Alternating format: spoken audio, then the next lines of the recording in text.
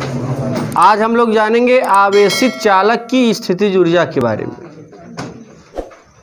किसी चालक को आवेशित करने में किए गए कार्य को आवेशित चालक की स्थितिज ऊर्जा कहते हैं। भाई कोई चालक है, उसको आवेश देने में, उसको चार्ज करने में एक कार्य करना पड़ेगा और वही कार्य किसके बराबर होगा? स्थितिज ऊर्जा को। तो सबसे पहले यहाँ पर लिखेंगे किसी चालक को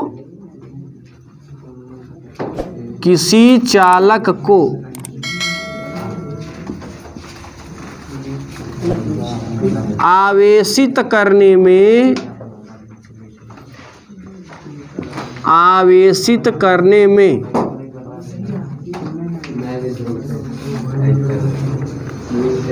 किए गए कार्य को चालक की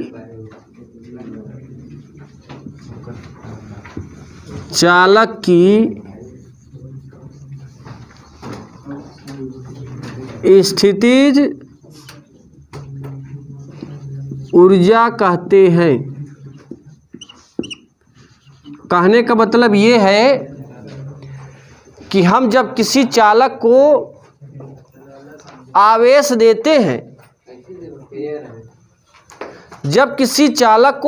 देते हैं, उसको आवेशित करने में हम लोग को कार्य करना पड़ता है और वही कार्य जो है स्थितिज ऊर्जा के बराबर होता है। यानी U बराबर W। U क्या है? चालक की स्थितिज ऊर्जा। W है चालक पर दिया गया आवेश। तो जो चालक पर दिया गया आवेश है वो चालक की स्थितिज ऊर्जा के बराबर होता है। ये कार्य है ना, जब कार्य करेंगे ऊर्जा निकलेगी। कौन सी ऊर्जा है? स्थितिज ऊर्जा। तो हम किसी भी चालक पर जब कार्य करेंगे, देखो यहाँ किसी चालक को आवेशित करने में किए गए कार्य को चालक की स्थितिज ऊर्जा कहते हैं। आवेशित करने में कार्य करना पड़ेगा और जब आवेश दे दोगे तो वो किस ऊर्जा में बदल जाएगी? स्थितिज ऊर्जा में। तो वो कार्य किस में बढ़ रहा है? स्थितिज ऊर्जा में। मान लीजिए कोई तार है, इसको हमने Q कूलाम आवेश दिया। कितना कूलाम? Q कूलाम आवेश दिया। तो आवेश देने से पहले उसमें विभव कितना था? 0 वोल्ट। प्रारंभिक विभवांतर विभव कितना था? 0 वोल्ट। और जैसे ही मैंने उसे Q कूलाम आवेश दिया तो उसका विभव 0 से बढ़कर V वोल्ट हो जाता है। पहले यदि किसी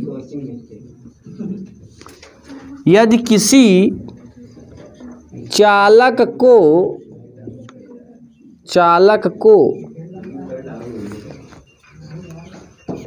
Q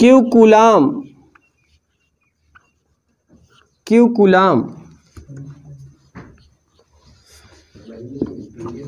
आवेश दिया जाता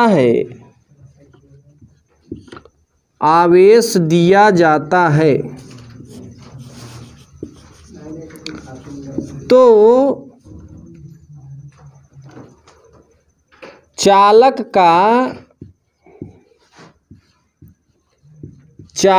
का विभव 0 वोल्ट से बढ़कर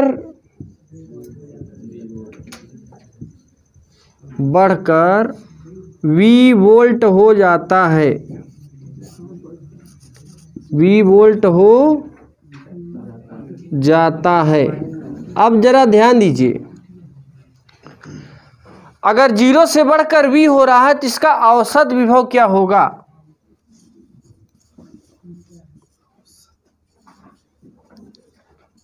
औसत विभव बराबर, औसत विभव को काहे से, v बार से। औसत चाल पढ़े हैं, औसत वेग पढ़े हैं। क्या है औसत चाल?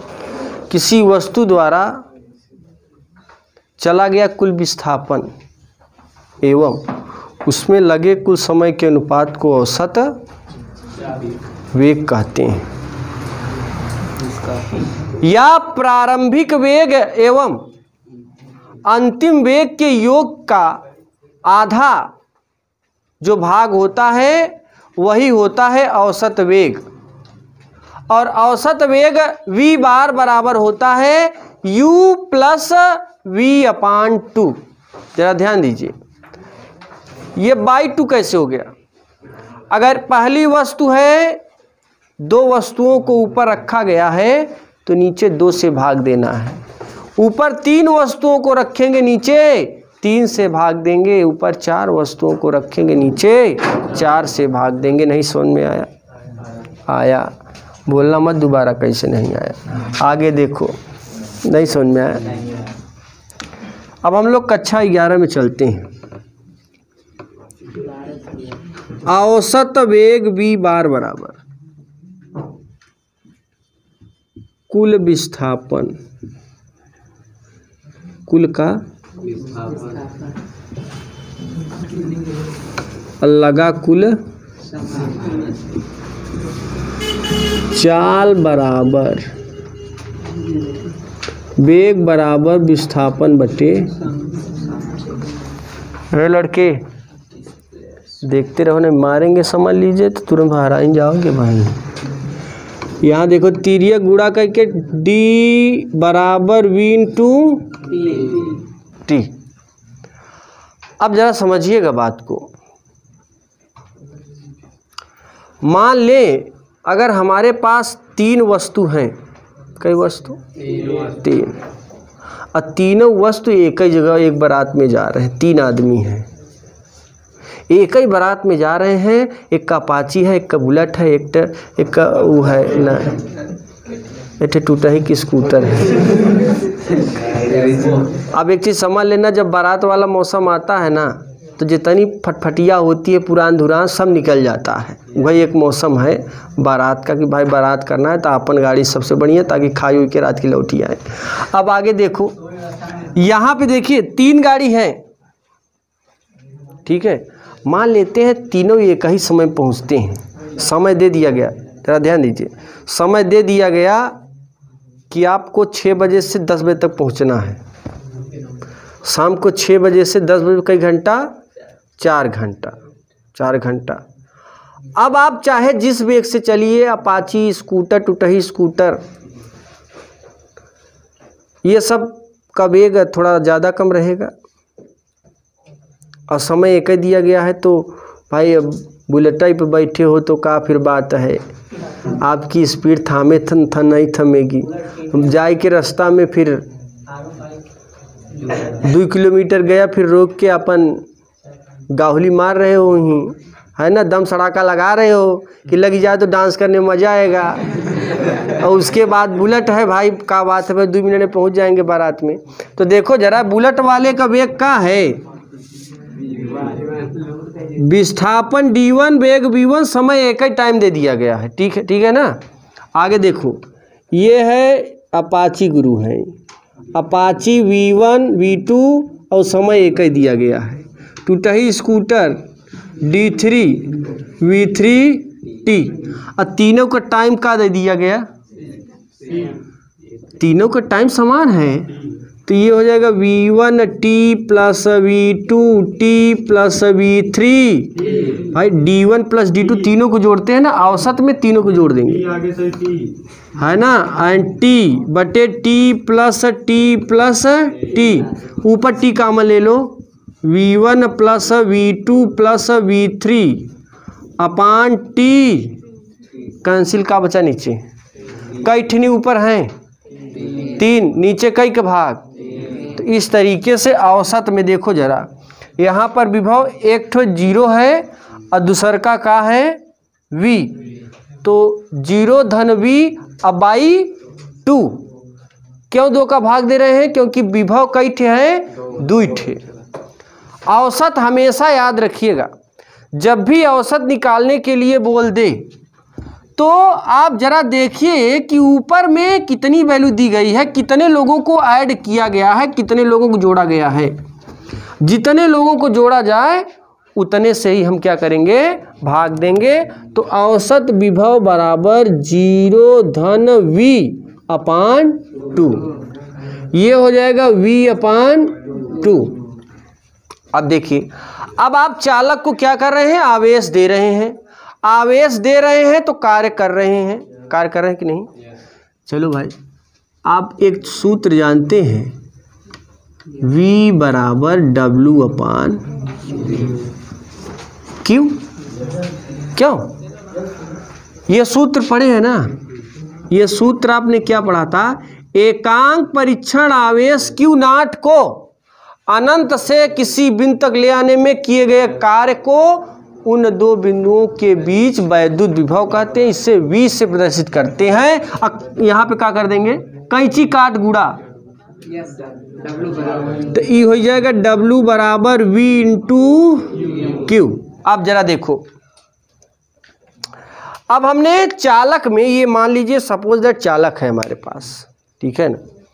इस चालक को मैंने क्यू कूलाम आवेश दे दिया है। कहाँ गया भाई? यह दे है क्यू कूलाम। तो सूत्रवा में क्यू लिखेंगे। अब जब क्यू कूलाम दिया तो विभव 0 से बढ़कर b वोल्ट हो जाता है। और औसत विभव जब पूरे इस तार का मैंने औसत निकाला, रेशियो निकाला, तो ये जो जहां पर विभव v है वहां पर क्या हो जाएगा? v बार। जैसे आप गाड़ी चलाते हैं तो क्या हर रोड पे आपकी जो गाड़ी है वो बराबर एवरेज देती है? आपकी स्पीड हर सड़क पे, हर टाइप के सड़क पर वही होती है क्या? नहीं होती है। तो आप एवरेज निकालेंगे कि खराब सड़क पर इतना चाल और अच्छी सड़क पर इतना चाल, तो दोनों जोड़ के बटे 2 मिल गया कि नहीं? ये एवरेज हो गया। तो हम लोग एवरेज जब निकाले तो जहां v है वहां पे क्या हो गया? v बार। और आपने चालक को जब q कूलाम आवेश दिया, आवेश जब दिया तो कार्य किया। कार्य कितना किया? w। तो w बराबर v बार इंटू q। अब जरा देखिए, ये समीकरण हो जाएगा 2। हो जाएगी नहीं हो जाएगा? अब यहाँ समीकरण 2 से अगर हम देखें और समीकरण 1 से मिले तो ये कह रहा है, ये कह रहा है कि जो w बराबर u है ना, हमसे ले लियो।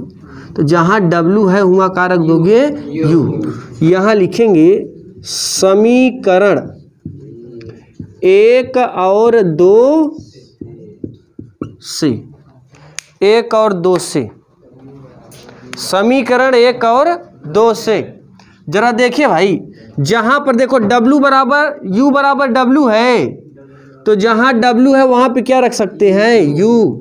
तो यहां पर हमारे पास u बराबर v बार इंटू क्यू।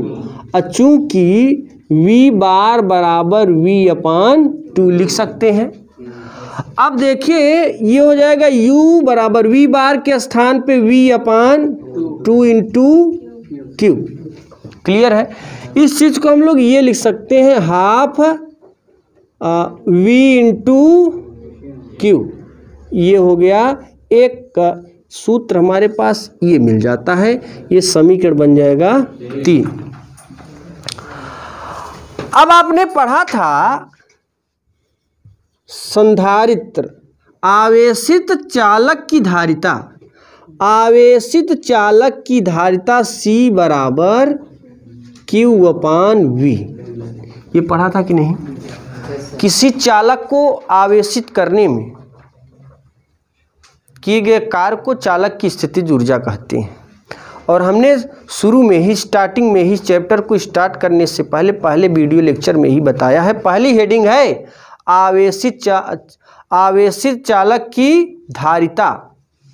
आवेशित चालक की धारिता में यदि किसी चालक को Q कूलाम आवेश दिया जाता है तो Q is proportional to V, क्योंकि जो आवेश होता है वो किस पर डिपेंड करता है? विभवांतर पर। किस पर डिपेंड करता है? अभी विभवांतर क्या होता है मैंने बताया था कि जैसे मान लीजिए ये तार है, ठीक है ना, यहाँ विद्युत स्रोत कनेक्शन किया है, तार से फैन जुड़ा हुआ है, ठीक। अब हमने क्या किया, हमने कहा Q is proportional to V, आवेश डिपेंड करता है विभव पर, बेटा डिपेंड करता है बाप पर, वही चीज़ है हो। एकर मतलब ये है कि अगर हमें फैन ज़्यादा तेज़ चलाना है तो 220 वोल्ट देना है, 220 वोल्ट यानी विभव। अगर लाइट हाफ आ जाती है 220 के बजाय 110 आ जाए, कहते हैं हाफ है लाइट। हाफ का मतलब दो तार है तो दोनों तार में आधी आधी लाइट हो जाएगी, तो जुड़ के वो 110 हो जाएगा, ठीक है ना, 55 वोल्ट दोनों में। अब देखिए 220 के बजाय जब उसे 110 वोल्ट मिलेगा तो जब विभव का मान कमज़ोर होगा ना, वोल्ट का मान कम होगा, तो आवेश की गति क्या हो जाएगी? कम। और जब आवेश की गति कम हो जाएगी तो विद्युत धारा की गति भी, पावर की गति भी क्या हो जाएगी? कम। पावर फैन को कम मिलेगा, जिसके कारण जो फैन की गति है, पंखे की गति है, वो झूम बराबर झूम शराबी। एकर मतलब यह है कि धीरे धीरे चलेगा, अपने मन का झूमेगा, बस चल रहा है, लेकिन आपके पास उसका हवा पहुंच नहीं रहा है। तो जब आपके पास वोल्टेज डाउन होगा तो इलेक्ट्रॉन की गति कम होगी, इलेक्ट्रॉन की गति कम होगी तो विद्युत धारा का प्रवाह डाउन होगा, और विद्युत धारा डाउन हो गया तो फैन कैसा चलेगा? झूम बराबर झूम शराबी, याद रखिएगा। आगे देखिए तो इसकी एक धारिता भी बन जाती है, यहाँ से तीरिया गुणा करें तो Q बराबर क्या मिलेगा? C into V। देखो भाई Q बराबर C इंटू V, यही समीकरण 3 में रख दीजिए, समीकरण 3 में। यहाँ देखो U बराबर 1/2 V इंटू Q के स्थान पे CV, तो C इंटू V, 1/2 CV में V का गुणा CV स्क्वायर। एक फार्मूला हमारे पास ये मिल जाता है, ये हो जाएगा समीकरण 4। अब यहीं V के स्थान पे हम यहाँ से कुछ निकालते हैं, देखो जरा, फिर यहीं सूत्र से केकर मान निकालेंगे? V का। फिर देखो यहीं बगल में एक टाइप का और सूत्र देख लेते हैं, सूत्र अगर ये है ना, यहाँ देखो V का मान निकालो और C भाग में कर दो, तो देखो मान मिल जाएगा हमारे पास V बराबर Q अपान C। जहाँ पर V है वहाँ पे क्या रखोगे? Q अपान C। तो एक बटे में मान मिलेगा U is equal to 1/C। अब V में V स्क्वायर है तो रखोगे तो ये भी डबल हो जाएगा, Q square upon C square को C इंटू एक C कैंसिल हो जाएगा, तो यहाँ मिलेगा U बराबर 1/2 Q स्क्वायर अपान C। एक महत्वपूर्ण फार्मूला हमारे पास ये भी मिल गया, ये समीकरण हो जाता है 5। याद रखिएगा हमारे पास यहाँ पे 3 से 4 फार्मूले मिले हैं, 1 2 3, ठीक है। और U क्या है? यह एक स्थितिज ऊर्जा है। ऊर्जा हमेशा अदिश राशि होता है, इसका मात्रक जूल होता है, अर्ग होता है, और फलाने ढिमाका पता नहीं का होता है, बस 2 ठे जानो, जूल और अर्ग। तो इसको आप लोग लिख सकते हैं, पूरा कुछ बोलना नहीं। हम लोग आवेशों का पुनर्वितरण, वितरण माने होता है बांटना। जैसे हम 2 धातु के गोले लेंगे, 2 गोले लेना है, एक का नाम हम रख देते हैं A और दूसरे का B। अब पहले गोले का, अगर हम पहले गोले को Q1 कूलाम आवेश दे और दूसरे गोले को Q2 कूलाम। ध्यान दीजिएगा, पहले को Q1 दूसरे को Q2। फिर पहले गोले की धारिता C1 और दूसरे के की C2। जब आप आवेश दिए पहले गोले को Q1 तो वो किसी न किसी विभव पर था, उसका विभवांतर मान लेते हैं पहले गोले का V1 है, यानी पहले गोले का 1 लगाना और दूसरे के गोले का 2 लगाना। यानी पहले गोले, मैंने पहला धातु का जो गोला लिया है, पहला धातु का जो गोला लिया है उसका आवेश Q1, विभव V1 और धारिता C1। दूसरा गोला आवेश Q2, विभव V2, धारिता C2। अब इन दो गोलों को किसी पतले तार से जोड़ेंगे तो धन आवेश का प्रवाह उच्च विभव से निम्न विभव की ओर होगा। धन आवेश का प्रवाह किधर होगा? उच्च विभव से निम्न विभव की ओर। अगर पहले गोले में विभव V1 है और दूसरे में V2 तो विभव तब तक प्रवाह होता रहेगा जब तक दोनों गोलों का विभव बराबर नहीं हो जाता। आपने जल का लेयर देखा है, बारिश के दिनों में आप देखते हैं बड़ी सी गढ़ही और जो आपके घर का द्वार है वो सब बराबर हो जाता है अगर बारिश सही से हो जाए तो। सामने अगर छोटी सी गढ़ही बनी है आपके, पहले गढ़ही कैसे बनती जानते हो? पहले घर जो है कच्चा बनता था, माटी का, तो जहाँ पे घर बनता था वहीं बगल में गढ़ही खोदी जाती थी माटी लेने के लिए, और वही माटी से दीवार बनती थी, तो घर के अगल बगल एक आध गढ़ही मिल जाती है अधिकतर टाइम पे। अब देखिए जब बारिश होती है ना तो जल पहले किससे भरता है? पूरे गढ़ैया में, और फिर ओवरलोड होके कहाँ जाता है? आपके पूरे घर के सामने पूरा एकदम, क्या गढ़ही है, क्या गड्ढा है और क्या आपका घर का सामने का पूरा फील्ड है, वो दोनों बराबर हो जाते हैं। तब तक होता रहता है जब तक कि घर का फील्ड, यानी आपके जो द्वार है घर के सामने का वो फील्ड और ये गड्ढा दोनों बराबर नहीं हो जाता, तब तक वो एक दूसरे में पानी जाता रहेगा। पानी कैसे बहता है? From high pressure to low pressure, अधिक दाब से कम दाब की ओर। ताप किधर बहता है? अधिक ताप से कम ताप की ओर। अभी बाहर गर्मी कर दो, अंदर ठंडा, तो वो, और कमरे का दरवाज़ा खोल दो तो ठंडी हवा निकल के किधर जाएगी? बाहर की ओर। ठंडियों के दिनों में हम लोग स्वेटर पहनते हैं, क्यों? क्योंकि अपने टेम्परेचर को रोकने के लिए पहनते हैं। अपने टेम्परेचर को रोकने के लिए कि हमारा टेम्परेचर 37 बना रहे, हमारा टेम्परेचर बाहर ना जाए, क्योंकि हमारा ज़्यादा है और बाहर का कम है, तो 37 निकल के कहाँ चला जाएगा? बाहर। बाहर की ठंडी अंदर नहीं आती, लेकिन हमारी अंदर की कहाँ चली जाती है? बाहर। ताप अधिक ताप से कम ताप की ओर बहता है, पानी अधिक दाब से कम दाब की ओर बहता है। वैसे विभव अधिक से कम की ओर, तब तक चलेगा विभवांतर जब तक कि दोनों गोलों का विभव समान नहीं हो जाता। अब यहाँ देखिए, हम लोग यहाँ पे धातु के दो गोले लेंगे, एक का नाम ए है,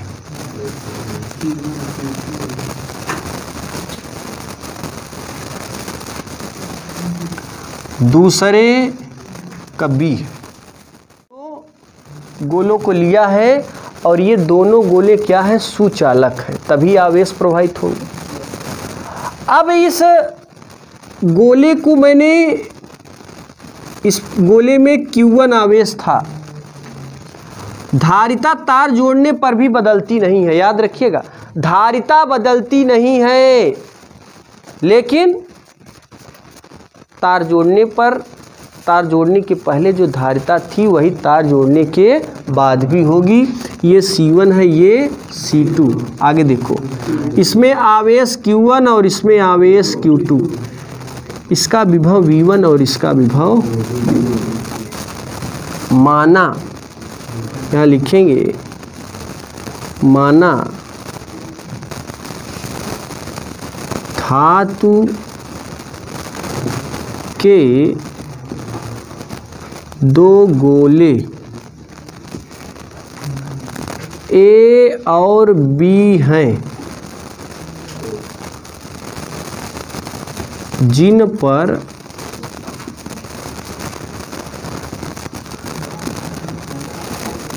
आवेश क्रमशः Q1, Q2 तथा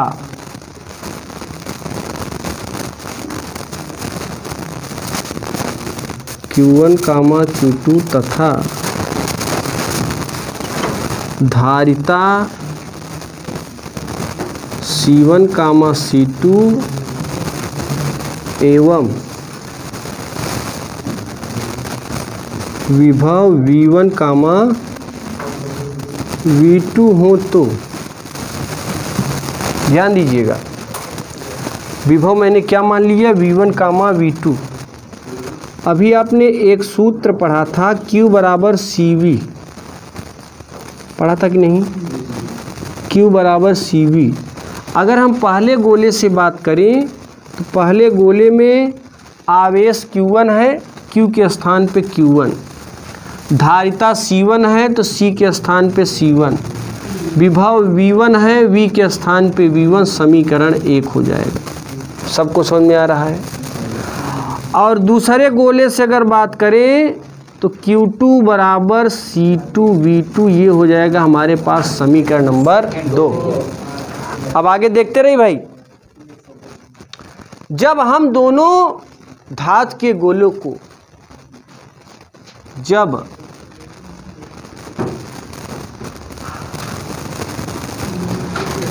धातु के गोले को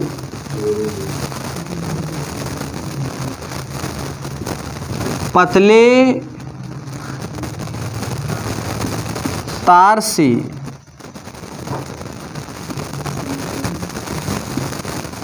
जोड़ते हैं। अब देखो भाई, अब क्या करेंगे, पतले तार से जोड़ देंगे। तो यहाँ पर ये A हो गया और ये हो जाएगा हमारा B, ठीक है ना। इसको मैंने पतले तार से जोड़ दिया। अब जैसे ही मैंने पतले तार से जोड़ा तो यहाँ पे Q1 डैश हो जाएगा आवेश, यहाँ पे Q2 डैश। आवेश बदलेगा कि नहीं बदलेगा भाई, इसमें पहले कुछ था, इसमें कुछ था। अब जब आवेश इसमें से इसमें जाएगा तो पहले से बदलेगा कि नहीं बदलेगा, बदलेगा। तो इसकी धारिता तो नहीं बदलेगी, भले तार को जोड़ दे रहे हैं, इसकी C1 है, इसकी C2 है, लेकिन जो विभव है वो दोनों क्या हो जाते हैं, बराबर हो जाते हैं। अब यहाँ लिखेंगे कि तार धातु के गोलों को किसी तार से जोड़ने के बाद धन आवेश का प्रवाह तब तक होता रहता है, धन आवेश का प्रवाह उच्च विभव से निम्न विभव की ओर तब तक होता रहता है जब तक कि दोनों का विभव समान नहीं हो जाता। तार जोड़ने के बाद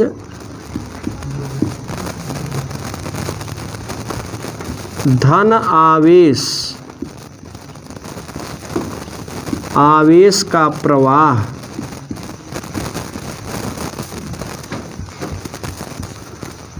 तब तक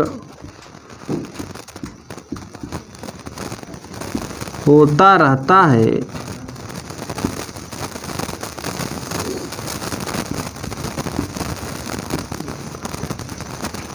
धन आवेश का प्रवाह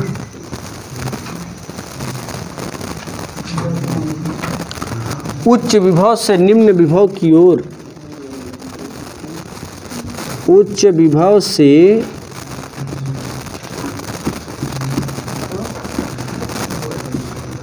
निम्न विभव की ओर, निम्न विभव की ओर तब तक होता रहता है जब तक कि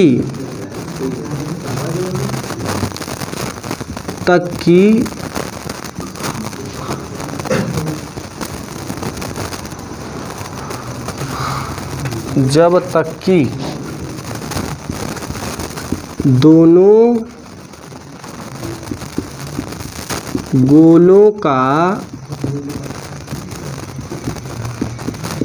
विभव समान नहीं हो जाता, नहीं हो जाता। अब देखिए भाई,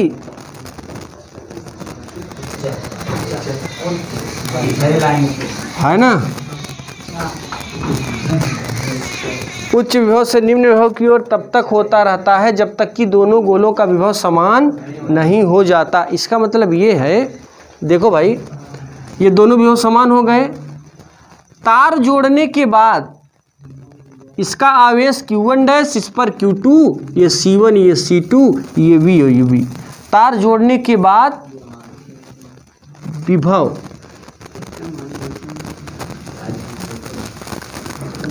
माना,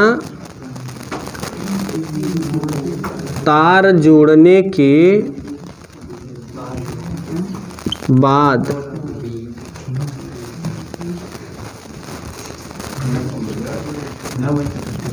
उभयनिष्ठ विभव, उभयनिष्ठ विभव V आवेश Q1 डैश कामा Q2 डैश एवं धारिता C1 तथा C2 है। देखो भाई, तार मैंने जैसे ही तार से जोड़ा, इसमें मान लेते हैं कि उभयनिष्ठ विभव, उभयनिष्ठ का मतलब दोनों का विभव क्या है, V भी उभयनिष्ठ है, कॉमन है, और इसके आवेश अलग हो जाएंगे, धारिता सेम टू सेम रहेगी। अगर इस स्थिति में बात करें तो देखो जरा, यहाँ पे उभयनिष्ठ विभव का मतलब है तार जोड़ दिए तो दोनों का आवेश का हो गया, एक हो गया, ठीक है, दोनों का आवेश एक हो गया और दोनों की धारिता एक हो गई। एक हुई कि नहीं भाई, दो एक नेता है भाई, देखो सीधी बात है, बीजेपी के पास 150 सीट, कैसे 150, 150, याद रखिए, ठीक है। कांग्रेस के पास 80 और सपा के पास 70। अब देखो, अभी ये 80 ये 70 तो जीतेगा कौन, बीजेपी। लेकिन अगर दोनों में गठजोड़ हो जाए, गठबंधन हो जाए, महागठबंधन, तो 8-7 कितना हो जाएगा, मान लेते हैं एकड़ कितना है, सपा का 90, ये कांग्रेस का है, आई का है एसपी। तो देखो, अब अगर इन दोनों का गठजोड़ कर दिया जाए तो ये हार जाएगी, नहीं तो अगर नहीं जोड़ेंगे, इन दोनों में पट नहीं रही है तो अलग अलग लेके बैठे रहे। तो यहाँ पे क्या हो रहा है, अभी यहाँ पे दोनों, ये मान लीजिए 80 है, ये 90 है, तो दोनों अलग अलग थे, जुड़े नहीं थे, तो इनसे कोई मतलब नहीं था। और जैसे ही गठबंधन किए, देखो यहाँ पे गठबंधन हो गया, यहाँ पे पतले तार से जैसे ही मैंने जोड़ा, दोनों क्या हो गए, एक हो गए, और दोनों एक हो गए तो ये जीत हासिल हुई कि नहीं। तो वही जीत का मतलब ये है यहाँ पे कि देखो, उभयनिष्ठ विभव V बराबर, दोनों जुड़े तो आवेश क्या हो जाएंगे, सीट जुड़ जाएगी नहीं, Q1 dash plus Q2 dash, मतलब इस सरकार बनेगी, कब बनेगी? जब दोनों सीट का करेंगे, जोड़ेंगे और नीचे धारिता भी रहेगा C1 प्लस C2। ई कहाँ से आ गया भाई? क्या देखो, यहाँ देखो, अगर यहाँ सूत्र से बात करें तो एक के भाग कर दो नीचे, तो V बराबर Q अपान C, V बराबर Q अपान C। अब चूंकि तार से जैसे ही मैंने जोड़ा उभयनिष्ठ भी हो गया दोनों का भी, और आवेश जोड़ दिया Q1 dash plus Q2 dash, धारिता C1 प्लस C2। ये कितना हो जाएगा? समीकरण नंबर 3। समीकरण नंबर 3। अब जरा यहाँ पे ध्यान दीजिएगा। ध्यान देने बात ये है कि अगर हम तार को जब जोड़े नहीं थे तो दोनों का आवेश का था, दोनों का आवेश जोड़ो Q1 प्लस Q2। देखो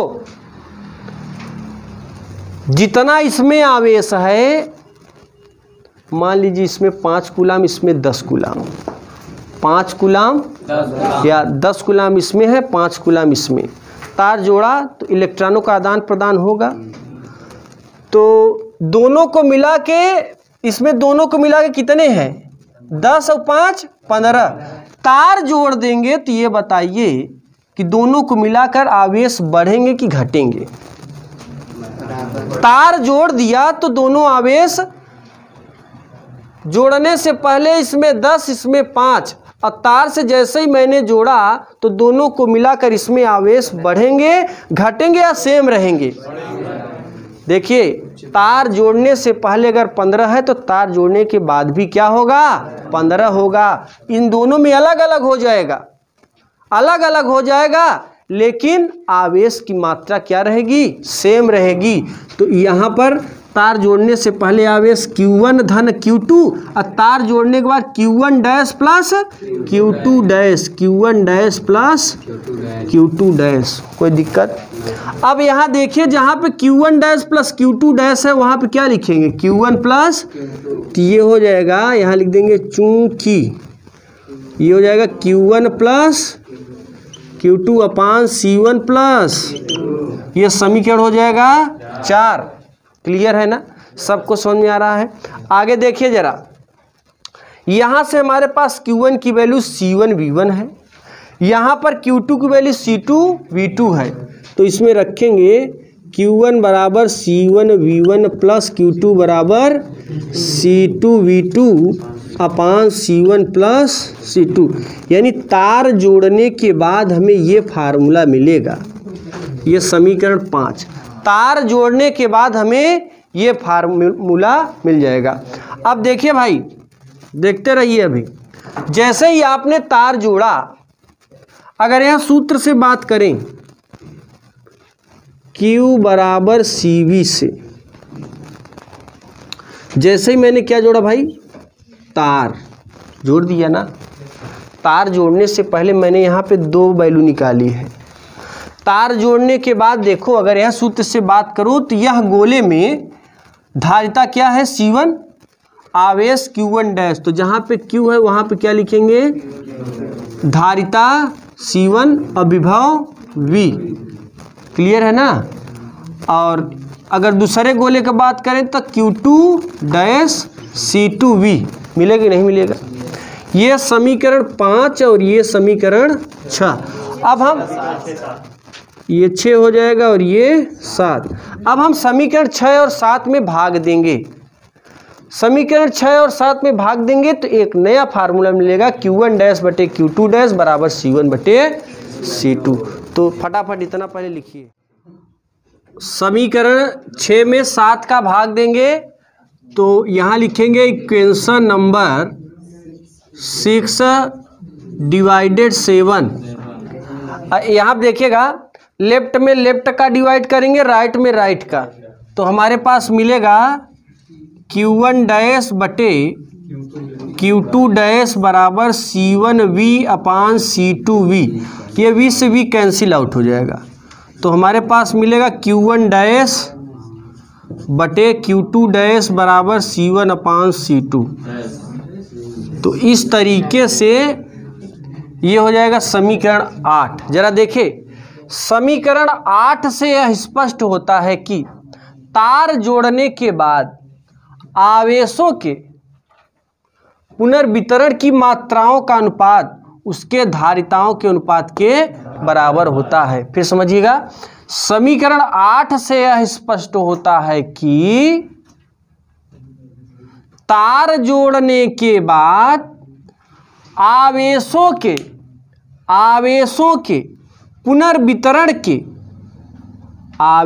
के पुनर्वितरण के मात्राओं का अनुपात उनके धारिताओं के अनुपात के बराबर होता है। तो 8 नंबर तक लिखिए, फिर बोलेंगे हम।